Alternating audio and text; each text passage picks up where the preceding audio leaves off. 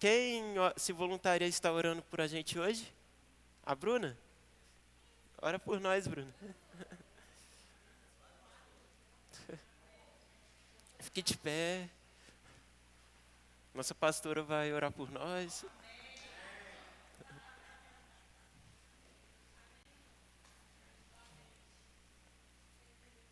Sim, Jesus.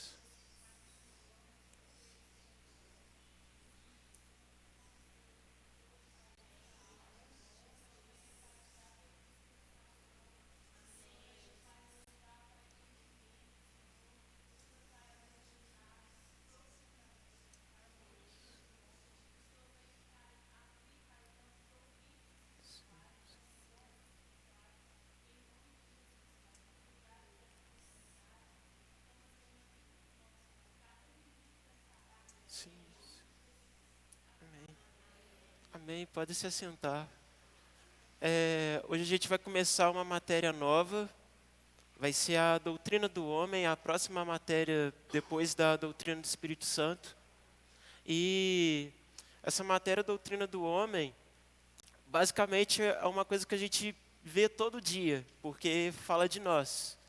E sempre que a gente ouve o relato da criação, a criação do homem se remete a isso. É como se a gente ouvisse sempre isso, mas a gente esquecesse. E é interessante que a Bíblia ela pode ser dividida em 4 episódios, 4 temporadas diferentes. Se você repartir ela, fica mais fácil de você entender tanto a Escritura quanto a vida, o dia a dia. Fica mais fácil de você traduzir algumas coisas e perceber o porquê de algumas coisas acontecerem. Então, a gente pode partir a Bíblia, a matéria começa na página 14, tá? Se você quiser anotar isso na sua apostila, a gente pode dividir a Bíblia em criação, queda, redenção e consumação. A isso a gente dá o nome de teodrama, ou seja, o drama ao qual a narrativa das Escrituras foram escritos. Então a gente falou um pouco sobre já a redenção, né? A gente meio que picou. A gente falou um pouco da redenção, sobre o sacerdócio de Jesus, a graça de Jesus. A gente já falou um pouquinho da criação, tudo que veio antes, né? Antes da criação, a eternidade, a família de Deus, Pai, Filho e Espírito Santo, convivendo juntos. E quando a gente vai falar agora da doutrina do homem, a gente vai entrar muito sobre a queda e vai falar também um pouco de consumação.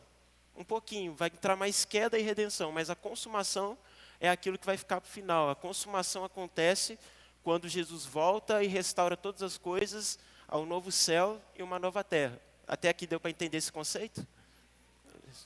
Oi? 4 episódios, coloca assim que fica mais fácil de entender. Tipo uma série, né? Criação, queda,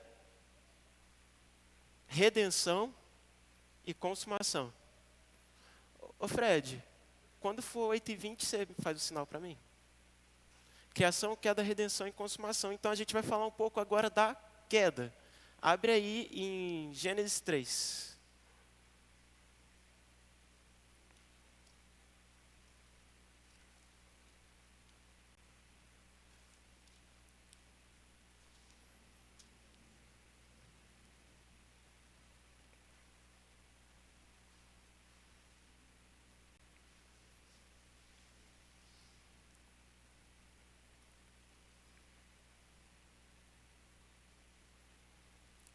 Amém? Vocês acharam? Ô Fred, se você puder colocar ali também. Gênesis 3. Do 1 em diante. Ora, a serpente era mais astuta que todos os animais do campo que o Senhor Deus tinha feito.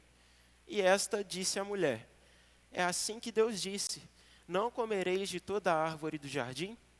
E disse a mulher à serpente: do fruto das árvores do jardim comeremos, mas do fruto da árvore que está no meio do jardim, disse Deus: não comereis dele, nem nele tocareis, para que não morrais. Se você tem mania de escrever na Bíblia, do lado do não morrais, coloca morrendo morrerás. Então a serpente disse à mulher: certamente não morrereis, porque Deus sabe que no dia em que dele comerdes, se abrirão os vossos olhos, e sereis como Deus, sabendo o bem e o mal. E viu a mulher que aquela árvore era boa para se comer, e agradável aos olhos, a árvore desejável para dar entendimento. Tomou de seu fruto e comeu, e deu também a seu marido, e ele comeu com ela. Então foram abertos os olhos de ambos, e reconheceram que estavam nus, e coseram folhas de figueira, e fizeram para si aventais. E ouviram a voz do Senhor Deus que passeava no jardim pela viração do dia, e esconderam-se, Adão e sua mulher, da presença do Senhor Deus, entre as árvores do jardim. E chamou o Senhor Deus a Adão e disse-lhe: onde estás? Do lado de onde estás na sua Bíblia, se você escreve na Bíblia, ou na sua apostila, se você quiser colocar em pontinhos, o Senhor Deus chamou Adão e disse-lhes: onde estás? Então você pode colocar aí vergonha, um pontinho escrito vergonha. E ele disse: ouvi a tua voz soar no jardim, e temi porque estava nu e escondi-me. E Deus disse: quem te mostrou que estavas nu? Comeste tu da árvore de que ordenei que não comesses? Então disse Adão: a mulher que me deste por companheira, ela me deu da árvore e comi. No versículo 2 você pode colocar do lado: transferência de responsabilidade. E disse o Senhor Deus à mulher: por que fizeste isso? E disse a mulher: a serpente me enganou e eu comi. Então o Senhor disse à serpente: porquanto fizeste isso, maldita serás, mais que toda a fera e mais que todos os animais do campo. Sob o teu ventre andarás, e pó comerás todos os dias da tua vida. E porei inimizade entre ti e a tua semente, e a sua semente, esta te ferirá a cabeça, e tu lhe ferirás o calcanhar. E a mulher disse: multiplicarei grandemente a sua dor e a tua conceição. Com dor darás luz a filhos, e o teu desejo será para o teu marido, e ele te dominará. E Adão disse: porquanto deste ouvidos à voz da tua mulher, e comeste da árvore da que te ordenei, dizendo: não comerás dela, maldita é a terra por causa de ti, com dor comerás dela todos os dias da tua vida. Espinhos e cardos também te produzirás, e comerás a erva do campo. Do suor do teu rosto comerá o pão, até que te tornes a terra, porque dela foste formado, porquanto és pó, e em pó te tornarás. E chamou Adão o nome de sua mulher, Eva, porquanto era a mãe de todos os viventes. E fez o Senhor Deus a Adão e a sua mulher túnicas de peles, e os vestiu. Então disse o Senhor Deus: eis que o homem é como um de nós, sabendo o bem e o mal. Ora, para que não estenda sua mão e tome também da árvore da vida, e coma e viva eternamente, o Senhor Deus, pois, o lançou fora do jardim do Éden, para lavrar a terra de que fora tomado. E havendo lançado fora o homem, pôs querubins ao oriente do jardim do Éden, uma espada inflamada que andava ao redor para guardar o caminho da árvore da vida. E aqui você pode colocar, se você quiser, ruptura do relacionamento com Deus. Então, esse relato triste aqui, que a gente acabou de ler, é a nossa história de quando nós decidimos trair o Senhor. Adão nada mais é do que uma representação nossa do nosso estado caído. No caso, o primeiro homem, ao qual Deus criou, aquilo que a gente chama até de a coroa da criação, né, que é o ápice da criação de Deus, que é o homem, o ser pensante, criativo, o qual Deus disse: boa coisa eu criei. De tudo que Deus fala que é bom, né? O homem, ele fala: isso é muito bom. E aí, depois que a gente sai do capítulo 2 e de Gênesis 1, 26, 27, a gente vê esse episódio trágico. Aquilo que era muito bom se corrompeu. Por quê? Será que o pecado de Adão foi apenas desobediência? Será que o pecado de Adão foi apenas rebeldia? Será que o pecado de Adão foi apenas o orgulho? Antes de todas essas coisas, antes de Adão ter de fato caído, o que Deus tinha feito? Deus tinha liberado sobre Adão uma palavra. Então o pecado de Adão E a maioria dos nossos pecados, sendo mais prático do que teórico, a maioria dos nossos pecados são feitos porque de nós surge uma coisa chamada incredulidade. Então, quando eu deixo de crer em algo que Deus estabeleceu, ou que Deus disse sobre mim, as outras coisas começam a surgir. Aqui no caso, Adão recebeu uma palavra, surgiu nele uma incredulidade, da incredulidade surgiu uma desobediência. Da incredulidade surgiu uma rebeldia. Da incredulidade surgiu um desejo de ser como Deus. Ou, traduzindo para nós, o orgulho. Então, aqui a gente acabou de ler o relato da queda. Aí na página 14 de vocês, lá embaixo, depois do texto aí, está assim. Oi, pode.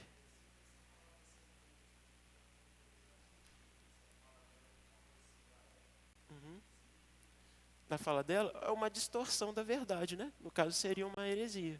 Sim. Primeira heresia bíblica. Amém? Aí na onde está escrito no momento. No momento em que ambos comem o fruto e desobedecem ao Senhor, seus olhos são abertos.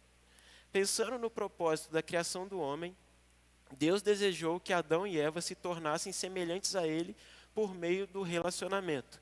Tentados pela ambição de viverem isso mais rápido, pegaram um atalho do fruto do conhecimento do bem e do mal para viverem o que apenas o relacionamento e a comunhão poderiam gerar neles. Então, uma coisa interessante é que quando nós começamos a andar com Deus, Deus não quer que a gente pegue atalhos. A forma como a serpente apresentou o fruto proibido para Adão e Eva foi uma forma de apresentar um atalho, uma forma de ser como Deus mais rápido, um jeitinho de apressar algumas coisas. Só que Deus, ele não quer que a gente utilize métodos e troque o método do lugar do relacionamento. Deus estabeleceu em primeiro lugar o relacionamento para que nós fôssemos gerados à sua imagem, para que nós permanecêssemos e nos aperfeiçoássemos a essa imagem que ele desenvolveu. Só que nós trocamos esse método de se relacionar dá trabalho, não dá? Você pegar, conhecer, desenvolver, cultivar esse relacionamento é uma coisa trabalhosa. Mas no caso deles não era tanto assim. Só que até quando a gente fala no contexto de igreja, isso é uma coisa que às vezes até nos fere, né?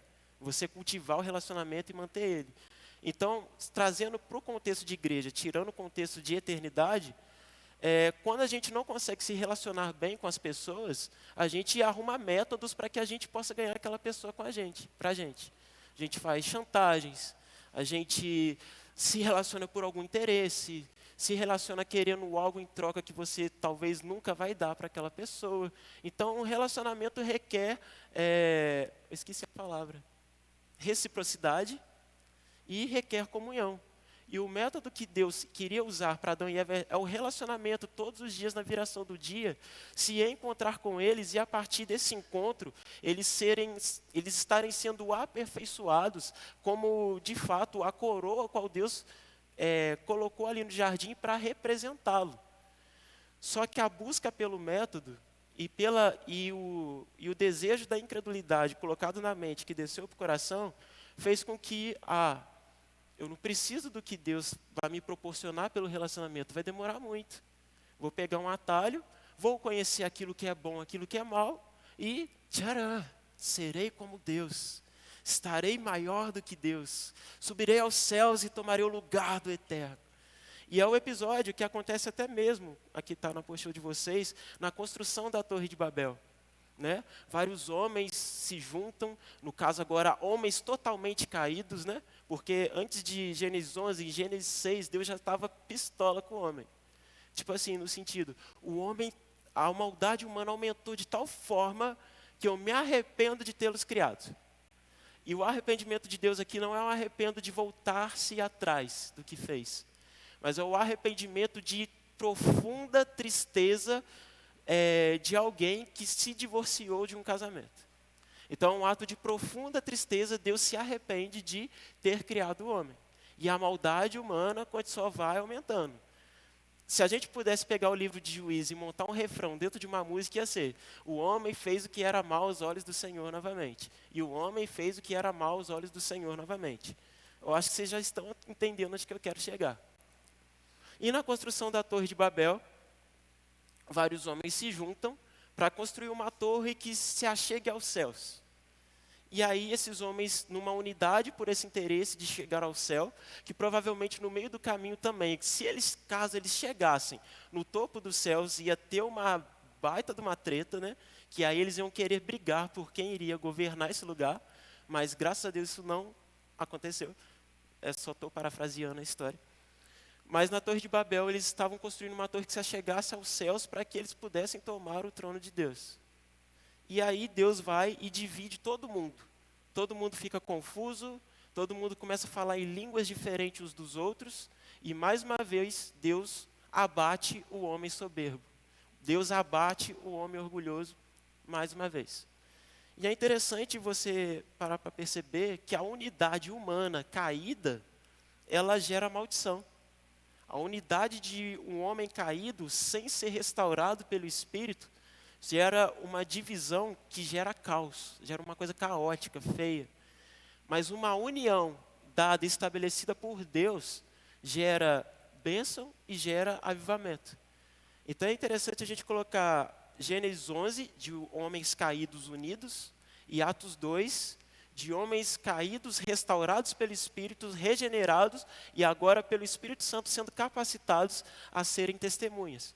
Mas eu ainda quero que você mantenha os olhos em você, como Adão, antes de Jesus, antes de receber o Espírito de Deus sobre a sua vida. E aí na apostila de vocês continua: ao invés de tocar o céu por meio da comunhão com o Senhor, por conta de sua natureza pecaminosa, decidiram fazer isso com a força do próprio braço, ou seja, através dos próprios métodos.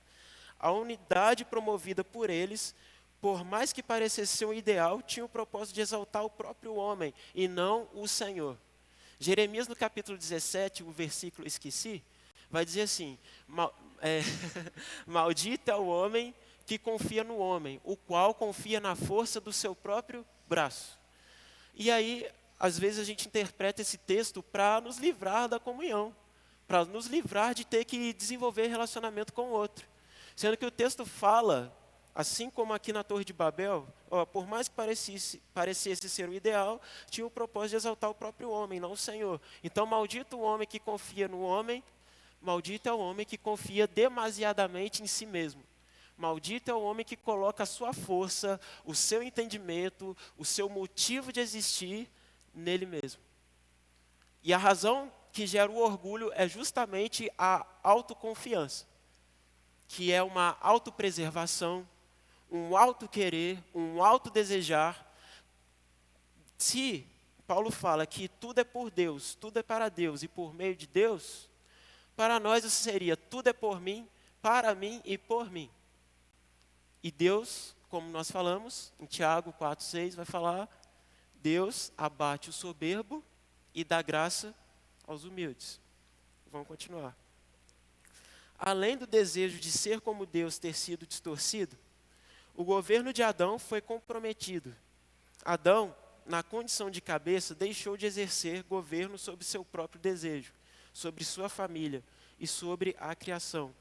A serpente na condição de animal, por exemplo. Essa omissão foi decisiva para a queda, não somente dele, mas da sua família. Sempre que nós nos omitirmos do nosso relacionamento com Deus e da responsabilidade de crescer nesse relacionamento, alguém vai ser prejudicado por causa de nós. Alguém vai ser prejudicado pela nossa omissão de estar diante do Senhor, buscando a Ele para que Ele cresça em nós e a gente manifeste isso em alguém. Então, o relacionamento com Deus, principalmente para os maridinhos da casa e para as esposinhas da casa. Se você se omite do seu relacionamento com Deus, o seu casamento vai cair em ruína dia após dia. Porque você vai procurar uma justificativa. Lembra que a gente marcou na Bíblia a transferência de responsabilidade? Você, por alguma causa, vai transferir a responsabilidade de algo que você deveria fazer e se posicionar para sua esposa. E o marido e a esposa, a mesma coisa, algo que no lugar que ela deveria estar posicionada, ela vai tentar transmitir isso de volta para o marido, omitindo a situação dela. E os que estão na condição de filhos e solteiros como eu, se eu e você omitimos o nosso relacionamento com Deus, talvez uma cidade é prejudicada. Porque o seu tempo deveria ser em investir na obra do Senhor e naquilo que o agrada. Se você se omitir do seu relacionamento com Deus, você pode continuar sendo o mesmo filho rebelde e continuar se rebelando contra seus pais. E os seus pais vão sofrer a sua natureza caída mais uma vez, e o nome de Jesus, agora em todos os casos, vai ser envergonhado. E aí entra aquilo que o autor de Hebreus fala, colocando o Senhor mais uma vez exposto à vergonha. Vamos continuar. Tal padrão igualmente se repetiu em diversos momentos no livro de Gênesis. A exemplo de Abraão, mentiroso, Sarai e Agar, as tretas pelos filhos. Ló, sua esposa e filhas. No caso de Ló, ele quando voltou de Sodoma, as filhas deles, olha só como que ele foi um homem omisso e como que foram filhas irresponsáveis. As filhas de Ló embebedaram o pai. Então, elas estavam preocupadas. Nossa, o nosso pai não tem uma esposa, porque a esposa virou uma estátua de sal, olhou para trás. Nosso pai está sem uma esposa, como que a nossa descendência vai continuar? Nossa, tive uma ideia genial. Irmãzinha, vou embebedar nosso pai? Aí eu vou transar com ele agora de noite, que ele está bêbado, eu vou gerar dele. Amanhã você vai, a gente embebeda ele de novo, você vai, transa com ele e nós vamos dar filhos. E da descendência de Ló surgiu um povo pagão chamado os Moabitas. Mas tudo aqui a gente vê omissões, causas de queda. Você consegue perceber o quão degenerado o homem foi ficando. E tem mais.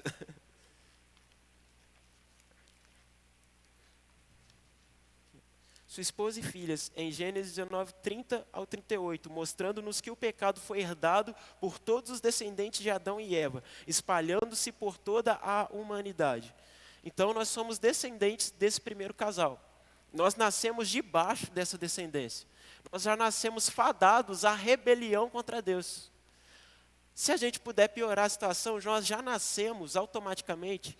E, tipo assim, a criança ela é inocente, mas depois que ela cresce, quando ela começa já a atingir uma determinada maturidade, ela já se tornou um inimigo de Deus.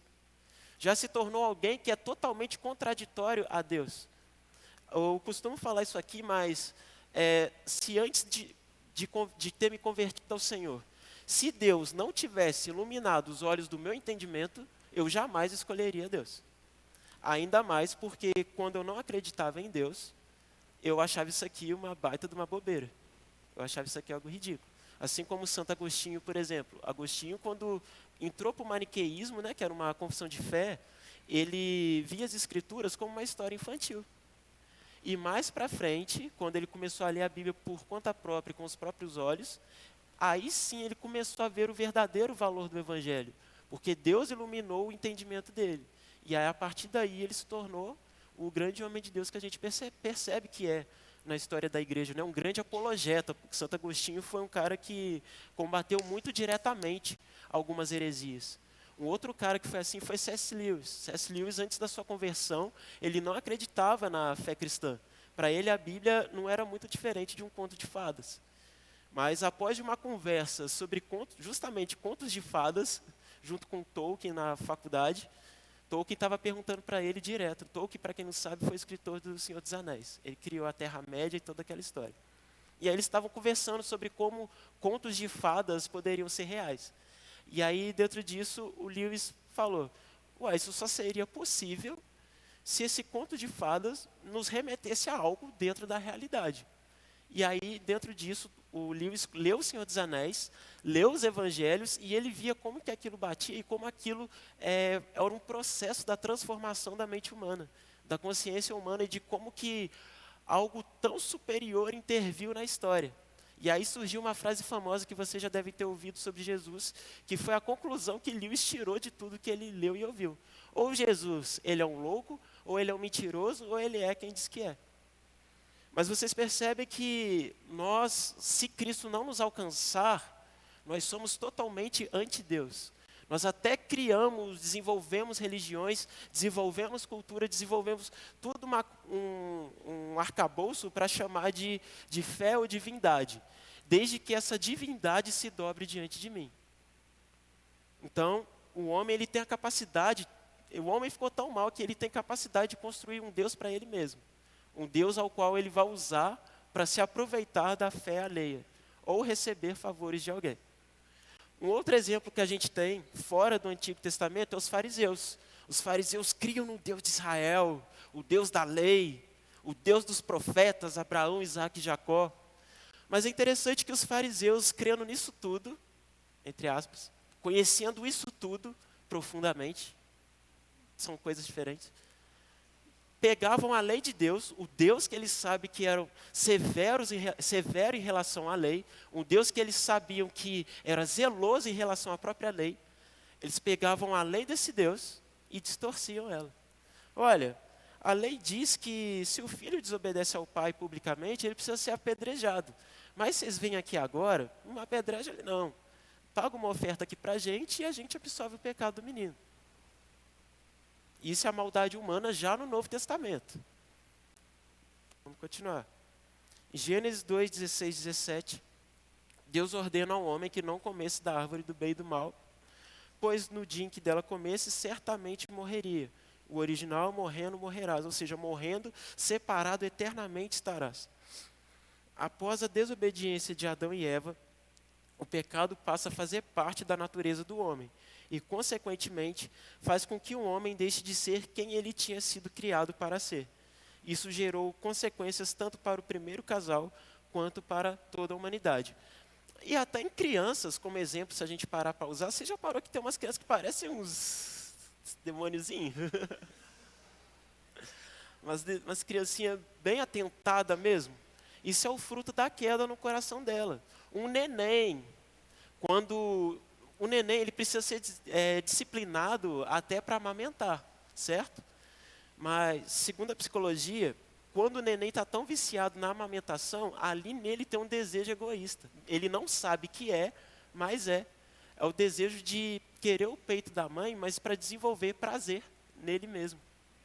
Olha só como que a gente é mal desde o nascer. E isso só vai ampliando. Exatamente. Vira-se um vício, aí entra a pirraça, e da pirraça entra a birra, e aí vai aumentando. Criança é naturalmente egoísta. Tipo assim, comprei um carrinho, vou dar o carrinho. Me empresta seu carrinho para outro menino também quer brincar, quer desfrutar disso que você ganhou. Não, é meu! Eu não vou te dar! Esses dias eu estava lembrando de quando era criança, eu estava no médico. E aí minha mãe me deu um beliscão que virou marca para hoje. Eu estava com um biscoito, como é que aqueles biscoitos de maisena? Eu estava comendo sozinho, o menino ficou olhando, eu estava comendo normal. Eu ainda virei para o menino e falei assim, eu não vou te dar. Então, nem pediu. Minha mãe me deu um beliscão que ficou marcado, mas são mal. Mas é algo que a gente pode perceber que nós somos maus desde criança. É algo que está impregnado na gente.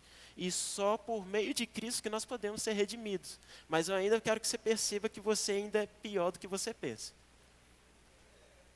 Vamos lá. Romanos 5, do 12 ao 14. Aí na apostila de vocês está assim. Pelo que, como por um homem entrou o pecado no mundo, e pelo pecado a morte, assim também a morte passou a todos os homens. Por isso que todos pecaram. No entanto, a morte reinou desde Adão até Moisés, até sobre aqueles que não pecaram à semelhança da transgressão de Adão, o qual é a figura daquele que havia de vir. Então a gente leu ali o relato da queda. E no jardim havia duas árvores, a árvore do conhecimento do bem e do mal e a árvore da vida. Se nós somos herdeiros de Adão, desde a árvore do conhecimento do bem e do mal, imagina se Adão e Eva tivessem se alimentado da árvore do conhecimento do bem e do mal, e em seguida se alimentassem da árvore da vida eterna.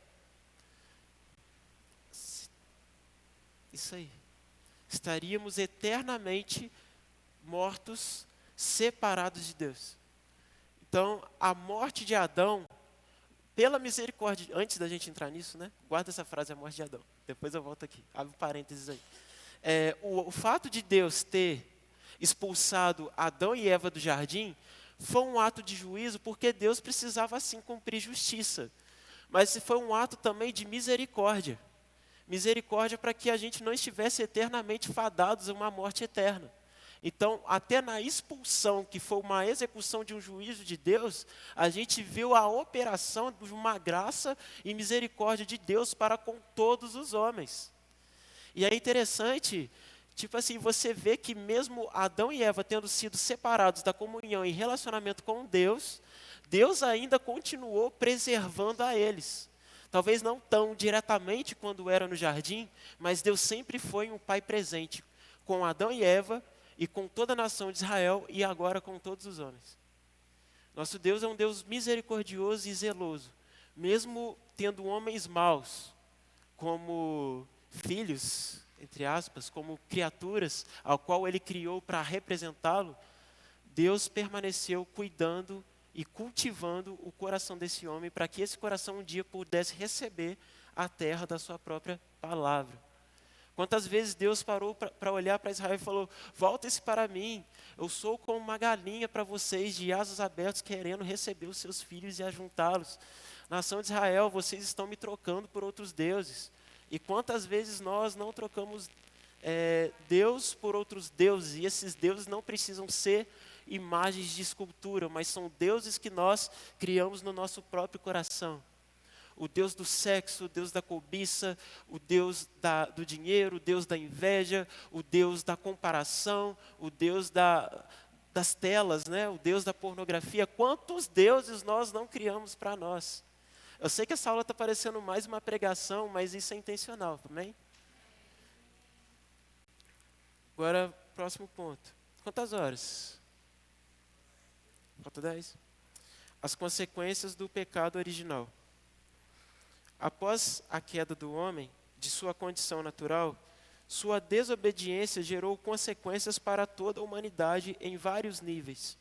Seu relacionamento com o Criador, seu relacionamento familiar e seu relacionamento com a terra foi alterado drasticamente. Gente, agora eu preciso que vocês sejam meu professor, porque eu troco os personagens da história. Eu tenho uma péssima mania. Igual o Jonas foi para Nínive, ao invés de Tarsis, eu troco. O relacionamento de Caim e Abel. E aqui está falando em todos os aspectos, né? Então, na primeira instância, em Gênesis 3, o homem foi separado do relacionamento com Deus. Só que no relacionamento de Caim e Abel, Abel que mata Caim? Caim mata Abel. Eu troco, desculpa. Então, quando Caim mata Abel, antes de tudo acontecer, Deus fala para Caim: o pecado já está à porta, está aí na porta do seu coração. Cabe a você dominá-lo. E isso é para até hoje. O pecado está na porta do nosso coração. Cabe a nós, pelo Espírito Santo, dominá-lo. Porém, aí ele continua, aí Caim fala: nossa, mas o que eu tenho a ver com meu irmão? Tudo. E aí, quando Caim mata Abel, se consuma a separação entre homens e homens.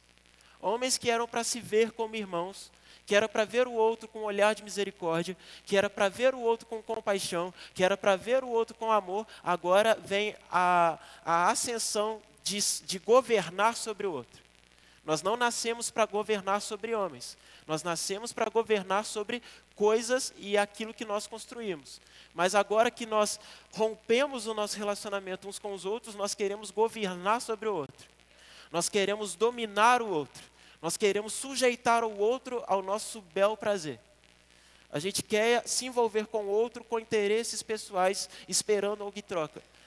Dificilmente, falando de forma mundana, existem amizades sinceras. As amizades do mundo só se mantêm porque o outro tem algo para recompensar o outro. Você seria amigo de alguém que passa por uma extrema necessidade. Você supriria as necessidades dessa pessoa sem requerer algo dela em troca? E você que talvez passa por uma determinada necessidade, Você se relaciona com um amigo que tem muitos bens. Você seria aquele tipo de amigo que fala bem dele por causa dos bens que ele pode te fornecer? A queda gerou isso no nosso coração. Gerou esse tipo de relacionamento entre nós. A primeira reação do casal após desobedecer foi se esconder de Deus. Então, uma outra coisa que a queda gerou em nós. A queda gerou em nós vergonha. Vergonha de Deus e vergonha do outro. Mas aqui eu quero entrar mais na vergonha do outro. Quando a gente está falando de igreja, eu acho que é mais fácil a pessoa desenvolver o relacionamento com Deus do que com o irmão. Então, é simples parar para pensar que você precisa ser redimido nessa área do relacionamento com o outro. O quão transparente você consegue ser com algum irmão? Você consegue confessar os seus pecados para uma outra pessoa, para que essa outra pessoa conheça você de forma profunda? Amém. Amém. Nesse encontro eu peguei a mensagem que chama Relação entre Irmãos, e eu peguei muito nesse aspecto. Porque o que nos faz nos esconder do outro é justamente essa autopreservação. E há pessoas aqui no nosso meio que têm medo de se relacionar com Deus. Às vezes a pessoa cometeu alguma transgressão, cometeu algum pecado, então em vez de correr para o lugar que ela vai ser redimida, ela começa a se afastar de Deus. E vai se afastando, vai se afastando. A pessoa que sentava aqui na frente passa a sentar lá atrás. E vai se afastando, estou fora da igreja. Irmão, vamos voltar, eu vou te ajudar, vou incentivar você, vou discipular você, vou cuidar de você, mas vamos voltar. Não vou voltar porque eu estou em pecado e eu tenho vergonha de pecar dentro da igreja. Sendo que isso não é abertura para liberalismo, tá, gente? Nem abertura para libertinagem. Só que a igreja de Cristo, o lugar que nós nos reunimos, deveria ser, em teoria, um colchão para a pessoa cair. Porque todos nós temos essa mesma natureza caída. Só que quando nós caímos, por causa dessa própria natureza caída, quando o outro vem caído para cá, a gente aponta. Você é um miserável, você não merece estar entre nós, você não faz parte de nós. Eu queria até indicar um livro para vocês, hoje deve ter até em PDF já, porque ele não é tão mais publicado assim. Chama Vida em Comunhão, do Dietrich Bonhoeffer. E ele vai falar justamente que o lugar de comunhão deveria ser o lugar em que nós deveríamos mais ter liberdade de ser transparente uns com os outros.